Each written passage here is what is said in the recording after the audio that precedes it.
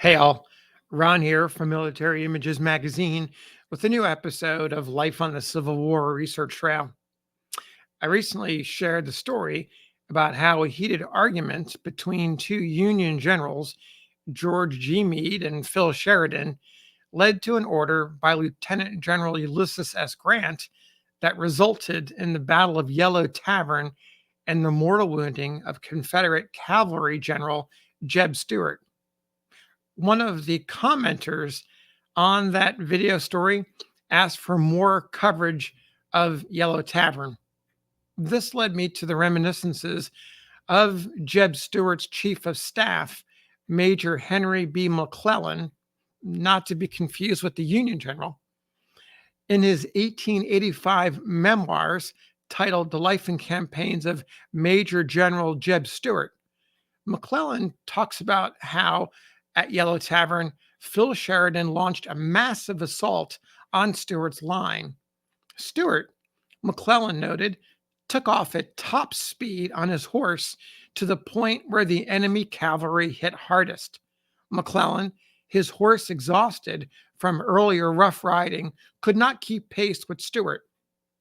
As a result, McClellan did not witness the mortal wounding of his general, Stuart.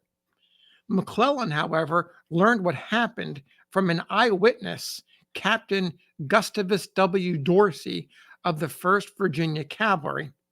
McClellan captured what Dorsey told him in McClellan's memoirs. Before I begin reading the passage to you, which I think is really fascinating, some of you students of history may already be familiar with it, I've made a few minor modifications to add first names and ranks to some of the officers and soldiers mentioned by McClellan in Dorsey's telling to him of the wounding of Stuart. So here's that passage. Quote, "The enemy's charge captured our battery on the left of our line and drove back almost the entire left.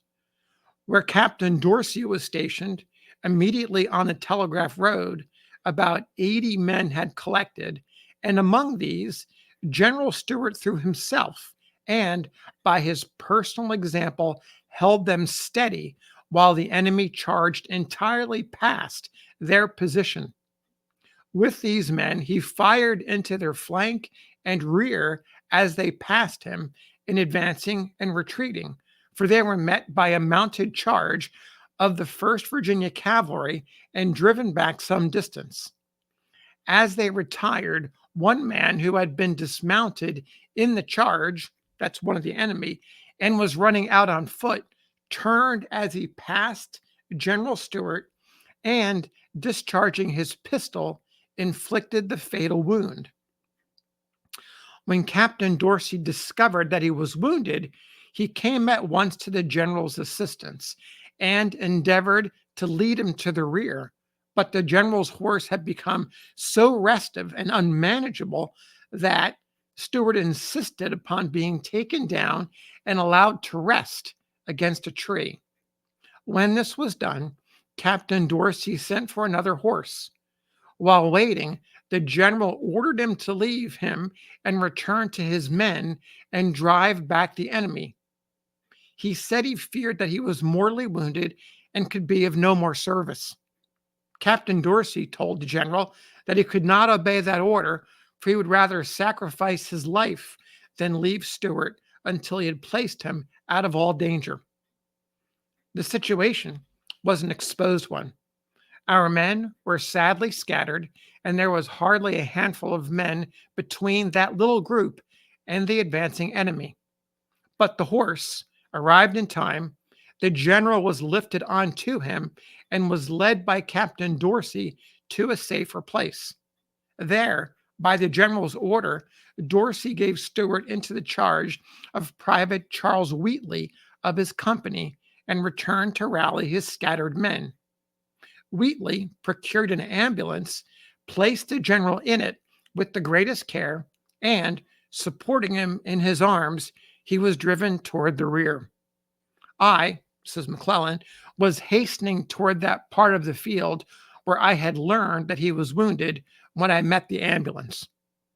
The general had so often told me that if he were wounded, I must not leave the field, but report to the officer next to him in rank, that I did not now presume to disregard his order, and the more of it because I saw that his staff, Dr. John B. Fontaine, Major Andrew R. Venable, First Lieutenant Theodore S. Garnett Jr., Second Lieutenant Walter Q. Hullahan, and several of his couriers were attending him.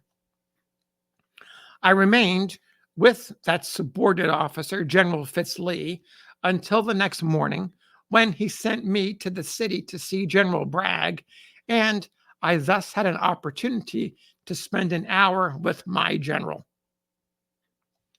Now, McClellan goes back to Stuart being driven from the field in the ambulance. Again, he's recording what now he saw because he was there at that moment. He says, as Stuart was being driven from the field, he noticed the disorganized ranks of his retreating men and called out to them, go back and do your duty as I have done mine, and our country will be safe. Go back. I had rather die than be whipped. These were his last words on the battlefield, words not of idle egotism, but of soldierly entreaty. While yet in the ambulance, Dr. Fontaine and Lieutenant Hullahan turned the general over on his side in order that an examination of the wound might be made. While this was in progress, he spoke to Hullahan, addressing him by the pet name which he usually employed. Honey Bun, how do I look in the face? General, replied Hullahan, you were looking right well. You will be all right. Well, said Stuart, I don't know how this will turn out, but if it is God's will that I shall die, I am ready.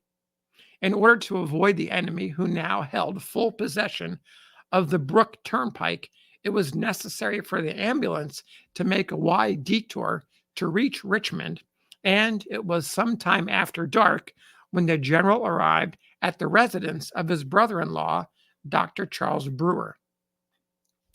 The long ride caused him great suffering. On the morning of the 12th, after delivering General Fitz Lee's message to General Bragg, I repaired to the bedside of my dying chief. He was calm and composed in the full possession of his mind.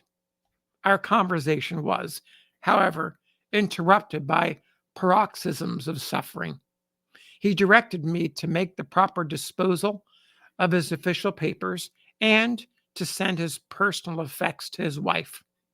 He then said, I wish you to take one of my horses and Venable the other. Which is the heavier rider? I replied I thought Venable was. Then, he said, let Venable have the gray horse and you take the bay. Soon he spoke again. You will find in my hat a small Confederate flag which a lady of Columbia, South Carolina, sent me with the request that I would wear it upon my horse in a battle and return it to her. Send it to her. I was at a loss how to interpret these instructions, for I had never seen any such decoration upon his hat. But upon examining it, the flag was found within its lining, stained with the sweat of his brow, and among his papers, I found the letter which had conveyed the request. Again, he said, my spurs, which I have always worn in battle, I promised to give Mrs. Lily Lee of Shepherdstown, Virginia. My sword I leave to my son. While I sat by his side, the sound of cannon outside the city was heard. He turned to me eagerly and inquired what it meant. I explained that Gracie's brigade and other troops had moved out against the enemy's rear on the Brook Turnpike, and that Fitz Lee would endeavor to oppose their advance at Meadow Bridge. He turned his eyes upward and exclaimed earnestly, God grant that they may be successful. Then, turning his head aside, he said with a sigh, but I must be prepared for another world. The thought of duty was always uppermost in his mind, and after listening to the distant cannonading for a few moments, he said, "Major, Fitz-Lee may need you." I understood his meaning and pressed his hand in a last farewell. As I left the chamber, President Jefferson Davis entered. Taking the general's hand, he asked, "General, how do you feel?" Stuart replied, "Easy, but willing to die if God and my country think I have fulfilled my destiny and done my duty." Then the Reverend Mr. Peterkin visited him and prayed with him. Stuart requested Mr. Peterkin to sing Rock of Ages and joined him in the singing of the hymn. During the afternoon, he asked Dr. Brewer whether it were not possible for him to survive the night. The doctor frankly told Stuart that death was close at hand. Stuart then said, "I am resigned if it be God's will, but I would like to see my wife. But God's will be done." Again, he said to Dr. Brewer, "I'm going fast now. I am resigned. God's will be done." And thus he passed away. There's the mortal wounding, the agonizing death of Jeb Stuart, and his last words, including to his chief of staff, Major Henry McClellan. Thanks for listening. We'll see you on the next episode of Life on the Civil War Research Trail.